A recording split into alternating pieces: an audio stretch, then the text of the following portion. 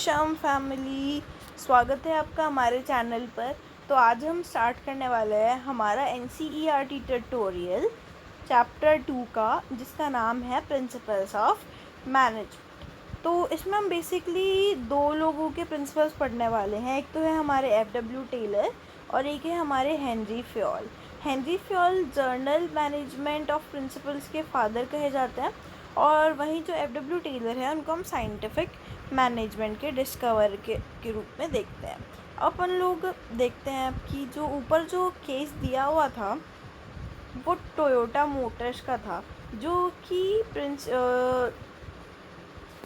कुछ board of guidelines जो कि उसके मैनेजर करते हैं, उनकी जो विज़न है उसकी वजह से ही वो उसे अचीव कर पाए हैं। इसी तरह से बहुत सारे बिजनेस एंटरप्राइजेज़ होते हैं जिन्होंने बहुत वेरियस प्रिंसिपल्स फॉलो करे, और काफ़ी टाइम तक फॉलो करते करते ये उनके काफ़ी सक्सेसफुल रहे। अब जैसे कि है ना, बहुत सारे जैसे मैनेजमेंट की जो थिंकर्स है, मैनेजमेंट प्रिंसिपल्स के जो राइटर्स है, और है ना उन्होंने भी है ना जो principles of management time to time बार बार स्टडी किया है। In fact there is a long history of management thought, यानी कि बहुत साल पुराना है ये मैनेजमेंट थॉट। मैनेजमेंट प्रिंसिपल्स मतलब कि बहुत साल पहले इवॉल्व हो गए थे, और एक कंटिन्यूस प्रोसेस है, यानी कि इसमें कुछ ना कुछ चेंजेस आ रहे हैं, और लोग और मैनेजमेंट इवोल्यूशंस यानी कि मैनेजमेंट प्रिंसिपल्स ढूंढ रहे हैं। अब अपन लोग देख सकते हैं कि मैनेजमेंट है जिसका जो इवोल्यूशन है ये बहुत ज़्यादा फैसिनेटिंग है। इस चैप्टर में हम फाइंड आउट करेंगे एक तो हमारे Frederick Winslow Taylor and Henri Fayol, जिसके बारे में आपने पढ़ा है, जो कि क्लासिकल मैनेजमेंट थ्योरी के लिए जाने जाते हैं। इन दोनों ने ही बहुत ज़्यादा कंट्रीब्यूट किया है हमारे मैनेजमेंट एज अ डिसिप्लिन की तरफ।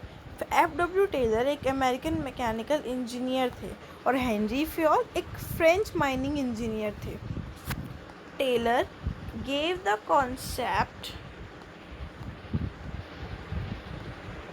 of scientific management, where Fayol emphasized on administrative management, यानी कि जो FW टेलर है उन्होंने हमें साइंटिफिक मैनेजमेंट के प्रिंसिपल्स दिए, और जो हमारे फेयल साहब है इन्होंने हमें एडमिनिस्ट्रेटिव प्रिंसिपल्स दिए। अब हम लोग कुछ डिटेल्स में जाए उससे पहले हम कुछ कॉन्ट्रीब्यूशंस ऑफ मैनेजमेंट प्रिंसिपल्स और ये हम पढ़ लेते हैं।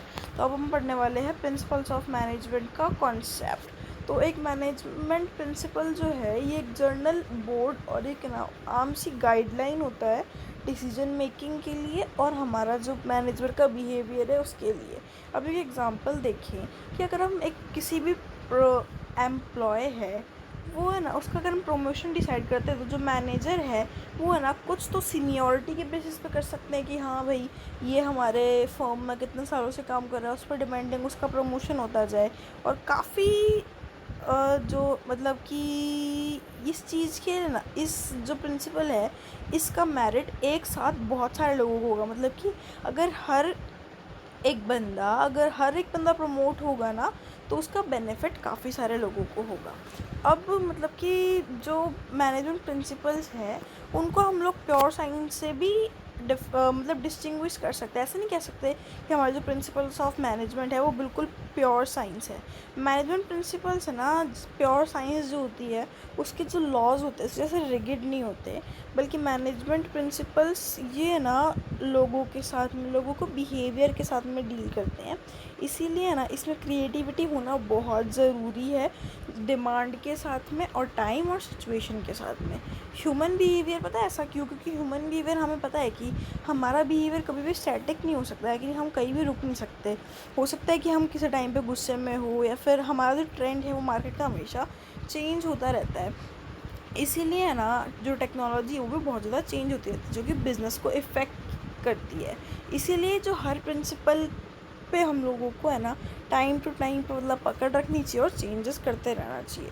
अब अगर हम एग्जांपल लें कि अगर इंफॉर्मेशन और कम्युनिकेशन टेक्नोलॉजी के एब्सेंस में एक जो मैनेजर है वो एक छोटा सा वर्कफोर्स देख सकता है जो कि बहुत ज़्यादा छोटे से जियोग्राफिकल स्पेस में है।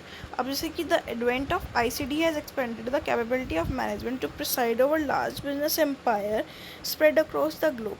यानी कि जैसे कि अगर छोटा सा फॉर्म है तो वहाँ पे आपकी लिमिटेशंस हो जाती है, पर जैसे आईसीटी है उसने ना एक सिंगल मैनेजर की कैपेसिटी को बढ़ा दिया है और काफ़ी सारे पूरे ग्लोबली उसको कनेक्ट कर दिया गया है।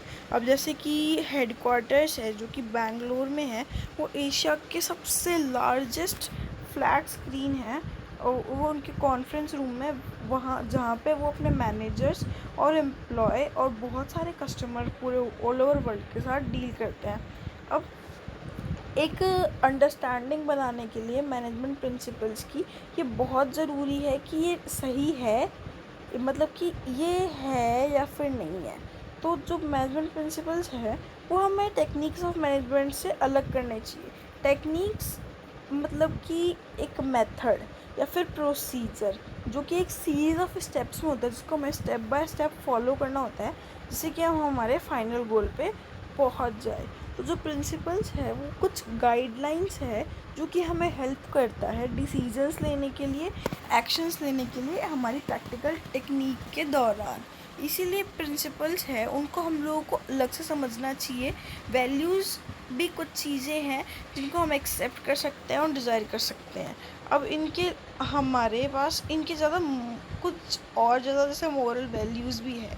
प्रिंसिपल्स है वो एक बेसिक सच्चाई या फिर गाइडलाइन है बिहेवियर के लिए, और जो हमारी वैल्यूज़ है वो जर्नल रूल्स है एक पर्टिकुलर इंडिविजुअल की बिहेवियर की सोसाइटी के टावर्ड्स हमारी कुछ कॉमन प्रैक्टिसेस के द्वारा।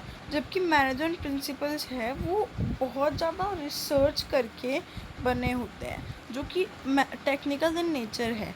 इसीलिए हम जब प्रिंसिपल्स ऑफ मैनेजमेंट वैल्यूज़ को फॉलो करते हैं तब हम लोग इनको बिल्कुल भी नेगलेक्ट नहीं कर सकते हैं। और इसीलिए एज अ बिजनेस मैन या फिर जो बिजनेसेस है हमें हमारी जो रिस्पॉन्सिबिलिटी है सोसाइटी के थ्रू और इथिकल रिस्पॉन्सिबिलिटी वो सब हमें पूरी फुलफ़िल करनी होती है। ओके फैमिली, जय श्री श्याम, आपसे मिलते हैं हम अगले वीडियो में। Bye bye.